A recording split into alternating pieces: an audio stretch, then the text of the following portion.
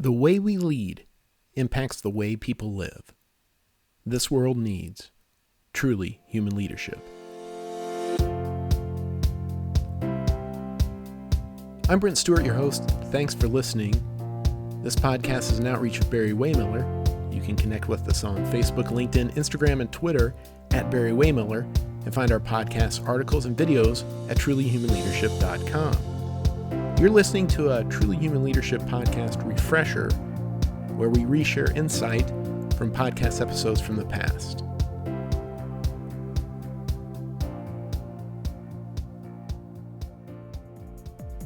Recently, Barry-Wehmiller was honored to be the subject of a case study by Harvard Business School. It wasn't the first time we've been the subject of a case study at Harvard, but this one is especially humbling. The two professors who wrote the case study, Dylan Minor and Jan Rivkin, were looking to write about the relationship between business strategy and people-centric ideas. Dylan and Jan talk about why the case involving Barry-Wehmiller is important, but they also dive deeper into how business students respond to truly human leadership and how the principles of conscious businesses are becoming more accepted and widespread. We start out with Jan and then Dylan talking about the case study method and why they looked to Barry-Wehmiller for this particular case. We teach here at Harvard Business School almost entirely by the case method.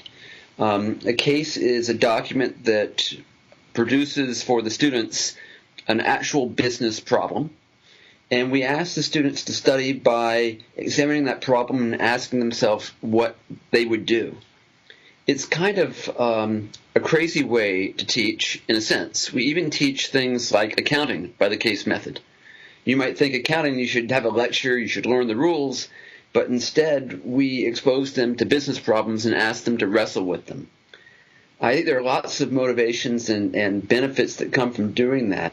Maybe the most is the students get accustomed to making actual decisions in the context of all the confusion and complications that every real business problem entails. You know that in business, a problem rarely comes to you and says to you, I'm an accounting problem or I'm a marketing problem. Instead, it's a very messy set of facts. And our students get a lot of practice kind of plowing through the messy facts, trying to figure out what the essential issues are, and taking action in the face of uncertainty. It's close to real-world experience. Of course, you'd never get the real world in a case. But we try our best to get something close to it. Alan and I were searching for a case that looked at the relationship between business strategy and people practices. And to find a case on that, we started to look for companies where we thought there was something really innovative or something unusual going on that would provoke an important discussion among students or executives, and particularly would force them to re-examine their own assumptions about how people practices relate to strategy. We looked around at a bunch of companies. Fortunately, Dylan had interacted with Barry-Wehmiller in the past. I learned a bit about it. I learned that my colleague Amy Cuddy had seen the company in the past and was really struck by it as well. So from there, we reached out to the company, and we're very fortunate that, generously enough, the doors would be open to us. We have different kinds of cases. One distinctive kind of case is a case on a company that is doing something very unusual in its own context. I think those kinds of cases work because they force the students who examine those cases to ask, why do we see what we usually see, and how might the world be different? Right? There's a very established set of human resource practices out there in the world. Barry-Wehmiller does something very different, and it seems to work for the company. And that will force, students to ask themselves, what is it about this new approach, or what is it about this context that lead to the outcomes that occur? And that often opens their eyes to a whole bunch of things that they had not thought about consciously in the past. That's exactly right. So that's the beauty of having this kind of thing in a case discussion, is that, again, it's definitely not, you're not trying to say that, okay, this is a preeminent example, even in the footnotes and disclaimers on the front page of the case, right? It says this is not to be considered necessarily an excellent example of business, or just this boilerplate kind of disclaimer, that really it's a vehicle to discuss these things. And the thing I like about the case and why I'm excited to use it is it forces people to think about, in my view, what I would call bigger questions than just, well, how can I squeeze some more productivity out of my workers? It doesn't mean that they're going to take away that, say, they would do it the same way Barry-Wehmiller did it, but hopefully it's going to at least get them thinking hard about, well, how do we think about then, again, how we're treating our people and how we're going to arrive at different kind of performance outcomes. Is it all just about the performance, or should we really be thinking about some of these other factors as well? So if this is a good concept for a case study, what is the temperature of the audience? In other words, will the principles of conscious businesses and people-centric leadership resonate with today's MBA students? We asked Jan and Dylan to talk about the trends they are seeing today in their classrooms.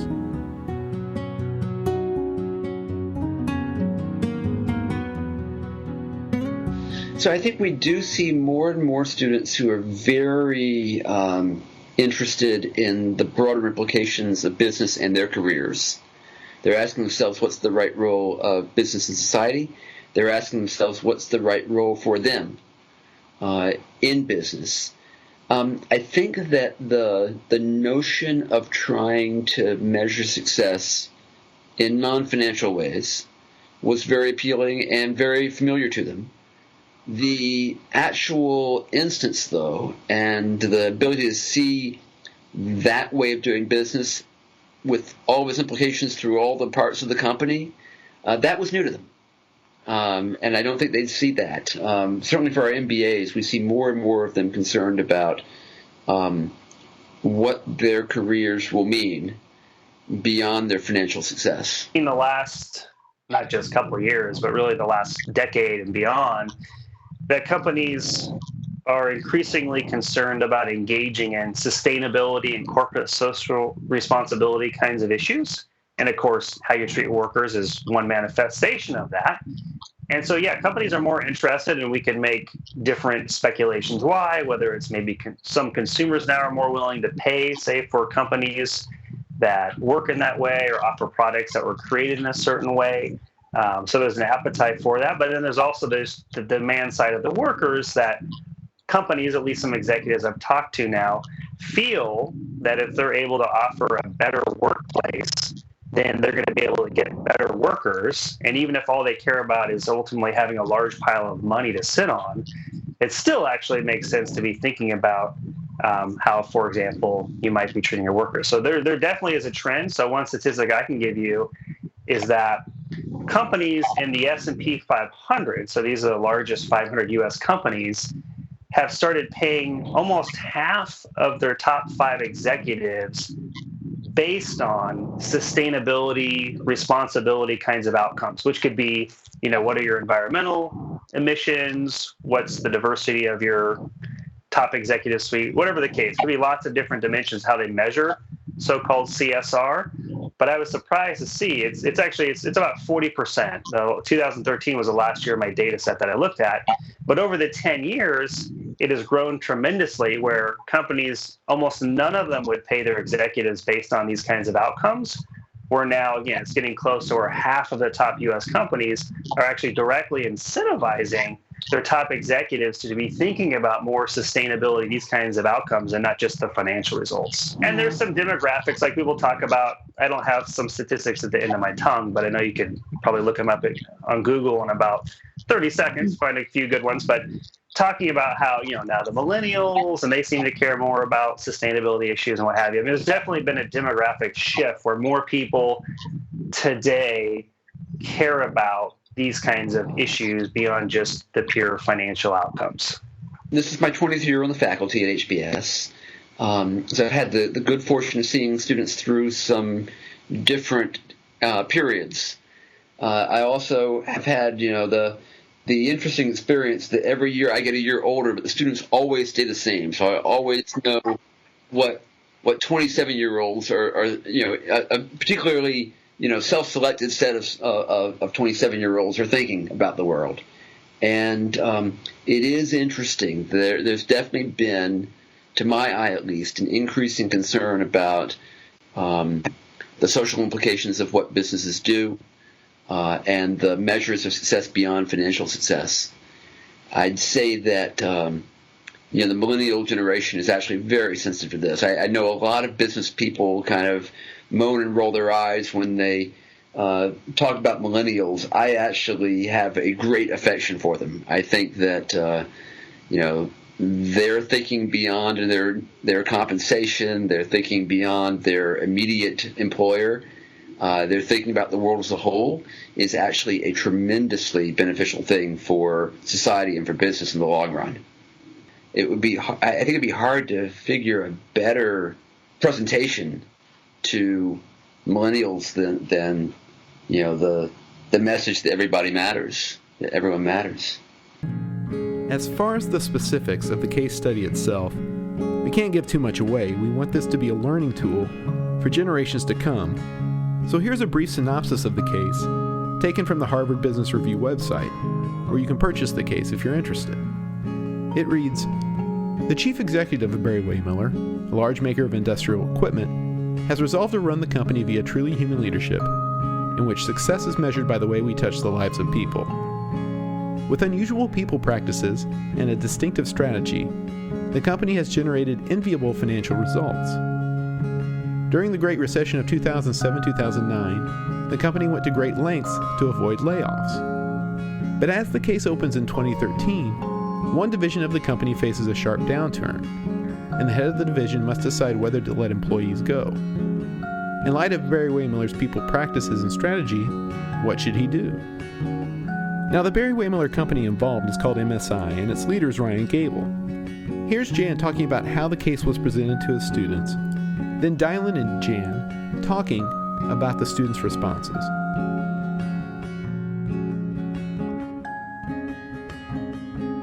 We started that discussion with a debate over how Ryan Gable at MSI should respond to the downturn. That quickly turned into a closer examination of truly human leadership and more broadly what accounts for the economic success of Barry-Wehmiller. How much of it is being in the right industries, how much of it is having a great strategy, how much of it is really the people practices, how much of it is around the acquisition processes and practices of the company. That then led into a broader discussion about the implications of truly human leadership beyond Barry-Wehmiller. Was this a universally better way of doing business or something very specific to the context? And then that all circled back to the decision where people tried to re-examine their arguments for the right course of action for MSI. And in turn, that opened to a discussion with Bob that was just terrific. So it kind of started with the decision, it went back into the analysis, and then circled back to the decision. I think you're always going to have a distribution of responses.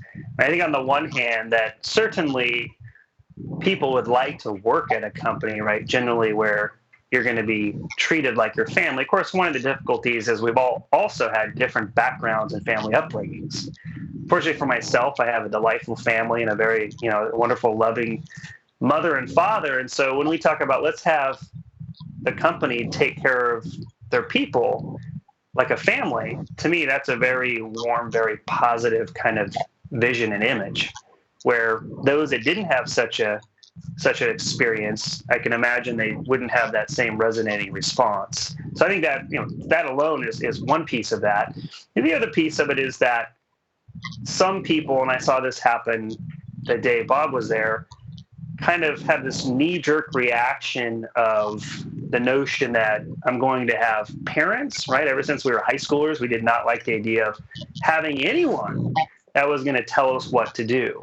So when people think of the notion of having more of this almost kind of parental setting in my workplace, kind of reel at the idea, because that to them means, I'm going to have people telling me what to do and making decisions for me, when really I should be making all of my decisions on my own.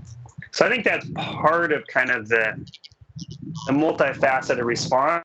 People are coming from very different places. And so when they first hear this, it's a little bit more of a visceral response as opposed to really trying to articulate exactly what does that vision look like as far as, quote, a company is, treating their people like a loving and caring family, and then stepping back and seeing to what extent does that seem like a good and true thing to do. I'd say that there was a range of reflections afterwards. I would say there were a set of people who were inspired by the Barry-Wehmiller example and felt they could pull it off. There were a handful of individuals who actually thought it was not for them or their organizations. And probably the largest group saw it as something to aspire to, but weren't yet sure what to do to get off go. And that was indeed probably the most common reaction among the executives who saw the case and wrestled with it. But actually, to me, that was an optimistic outcome. To me, that says they're struggling with the right things. I would say among we're very, very fortunate in our executive programs to have some great cases to teach and to have some fantastic business leaders come to campus for us even. I mean, it's just incredible generosity. I would say that among the ones who came last term, Bob was probably one of the few that they were still wrestling with and scratching their heads over weeks later. So that's a great thing. Of course, our definition of victory for a case like this is not that everyone walks out the room saying, the Barry-Wehmiller way, that's the way for me. The real definition of victory from the educator's point of view is they walk out of the room asking themselves, what do I believe? And it's not the measure of success that they agree with Bob Chapman. The measure of success is that they think about their own assumptions so deeply that over time they come to agree with themselves. For us at Barry-Wehmiller, our hope is that this case is used to further a conversation about leadership. What is good leadership? And how should companies value their people? We want other companies to re-examine the way they are doing business to make sure it is all centered around people. As we close out the podcast, Dylan and Jan talk about their hopes for the case study and also about the place truly human leadership can have in our current corporate and political environment.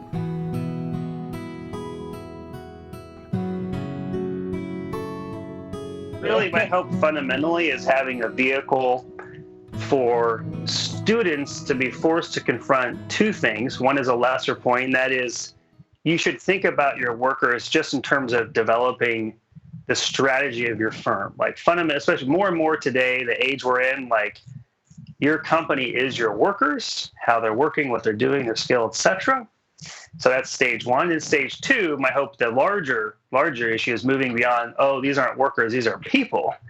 And thinking about, should we also think about our people as more a sustainability, social, ethical issue, and in particular, how we actually treat our people in our firm. So that's the second purpose, and the higher purpose, my hope is for this case to have it a vehicle to do that. And of course, not all students will resonate to that, but my hope is those students and some students will already be thinking that way, but those students in the middle, if you will, that can basically have their eyes open to a different way to do business, that will force them to think real hard about it. And hopefully, my hope is personally that in the long run actually have an impact on how they do business. The notion of truly human leadership might be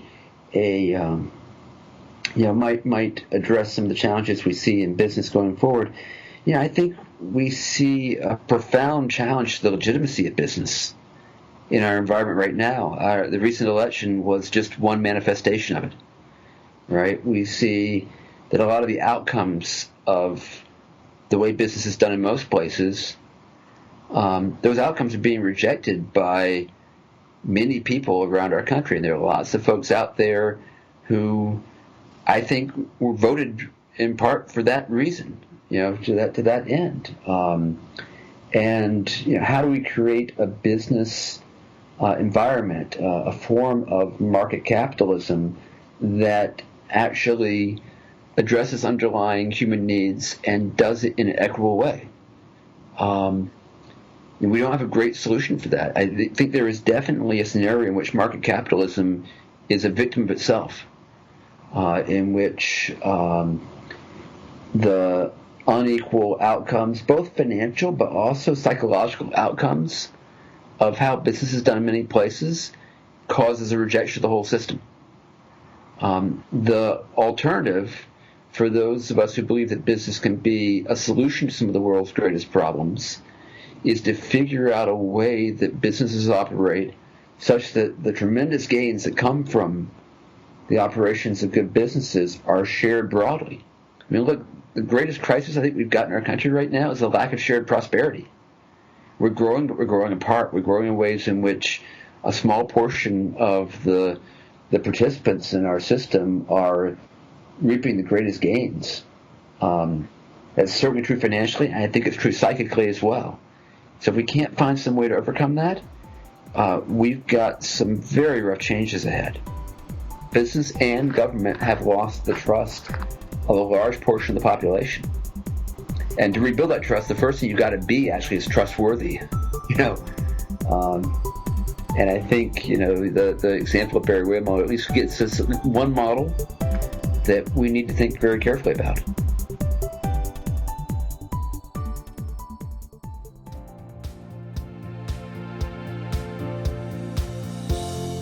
Don't forget to find us and connect on Facebook, LinkedIn, Instagram, Twitter at Barry-Wehmiller. And you can find more podcasts, articles, and videos at trulyhumanleadership.com. I'm Brent Stewart. Thanks for listening.